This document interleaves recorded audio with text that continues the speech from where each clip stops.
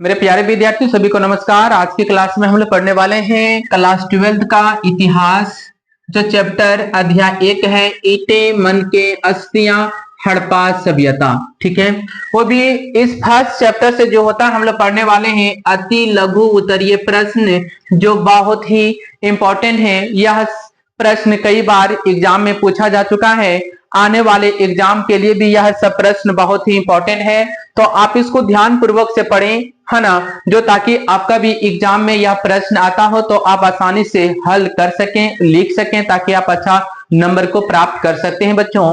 तो चलिए बिना लेट किए हुए हम लोग चलते हैं। पहला प्रश्न है कि हड़प्पा की खोज कब की गई, है ना। हड़प्पा की खोज कब की गई, तो अब डायरेक्ट आंसर देख सकते हैं 1921 ईस्वी में खोज की गई थी। ठीक है, तो सबसे पहले हम लोग देखेंगे कि यहाँ डिटेल में मैं लिख दिया हूं कि हड़प्पा की खोज कब, किसने और कहां पर किया गया था। ठीक है, तो चलिए देखिए कि हड़प्पा की खोज 1921 ईस्वी किसके द्वारा खोज किया गया था? दयाराम साहनी के द्वारा। और वह कौन सा नदी के किनारे? रावी नदी के किनारे खोज की गई। ठीक है, जो रावी नदी क्या था? पंजाब में था, लेकिन आज वो वर्तमान में कहां पर है? पाकिस्तान में है। ठीक है बच्चों, तो आप देख सकते हैं इन सारे जो प्रश्न हैं, इन सारे प्रश्न से बहुत सारे आपका ऑब्जेक्टिव क्वेश्चन भी मिलने वाला है, वस्तुनिष्ठ प्रश्न भी मिलने वाला है, और ये आपका सब्जेक्टिव तो है ही है।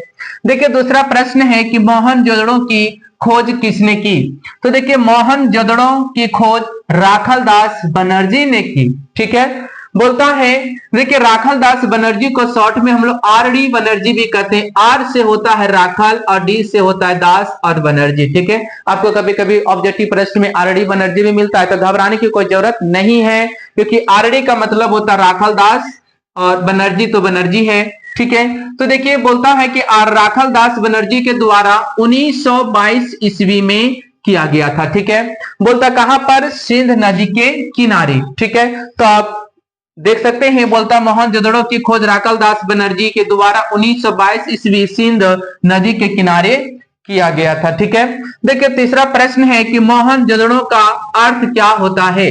तो देखिए मोहनजोदड़ो का अर्थ होता है क्या है कि मोहनजोदड़ो जो होता है सबसे पहले एक सिंध भाषा का शब्द है। ठीक है, क्या है? सिंधी भाषा का शब्द है, जिसका अर्थ होता है मृतकों का टीला। मृतकों का टीला का मतलब होता है कि जहां मरे हुए लोगों को दफनाया जाता था, उसको हम लोग क्या बोलते हैं? मृतकों का टीला कहते हैं।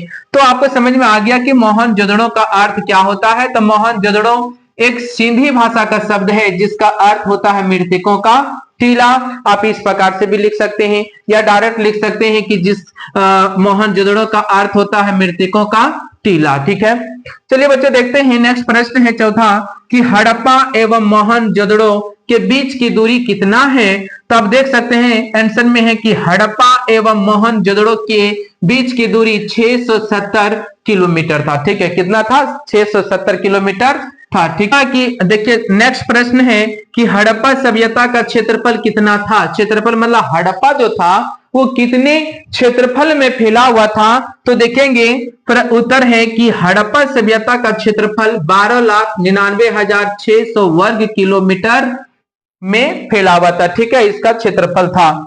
बोलता है, देखिए छठा प्रश्न देखेंगे कि हड़प्पा सभ्यता का विस्तार कहां तक था? मतलब हड़प्पा सभ्यता कहां से कहां तक फैला हुआ था बच्चों? तो देखिए आप उत्तर देखिए, बोलता हड़प्पा सभ्यता का विस्तार पाकिस्तान का वर्तमान सिंध प्रांत पंजाब। बोलता है कि पाकिस्तान का अभी क्या है कि सिंध प्रांत जो था अभी वर्तमान में पाकिस्तान में है, वो पंजाब में था। पंजाब का बंटवारा होने के बाद जो होते हैं क्या हो गया? पाकिस्तान का भी हिस्सा बन चुका है, क्योंकि गुजरात, काठियावाड़ व उत्तर पश्चिमी उत्तर प्रदेश के मांटगोमरी बोलता जिले में हड़प्पा इस सभ्यता का क्या था? प्रमुख केंद्र था। तो बच्चों यह प्रश्न क्या है? बहुत ही वीवीआई है, आप इसको बहुत अच्छा से आप पढ़िए, और इसको आप अपना नोट्स भी बना सकते हैं, ताकि ये आपका एग्जाम के लिए बहुत ही हेल्पफुल होगा। तो चलिए आप लोगों को वीडियो कैसे लगा आप कमेंट में लिख करके बताइए, और वीडियो कहीं बहुत अच्छा लगा होगा तो आप जरूर इसे जो होते हैं लाइक कर दीजिए और चैनल को सब्सक्राइब कर दीजिए। अपने भी दोस्त को भेजिए, ताकि उसको भी एग्जाम को फेस करने में कोई ट्रबल, को भी परेशानी ना उठाना पड़े। चलिए सभी को धन्यवाद बच्चों।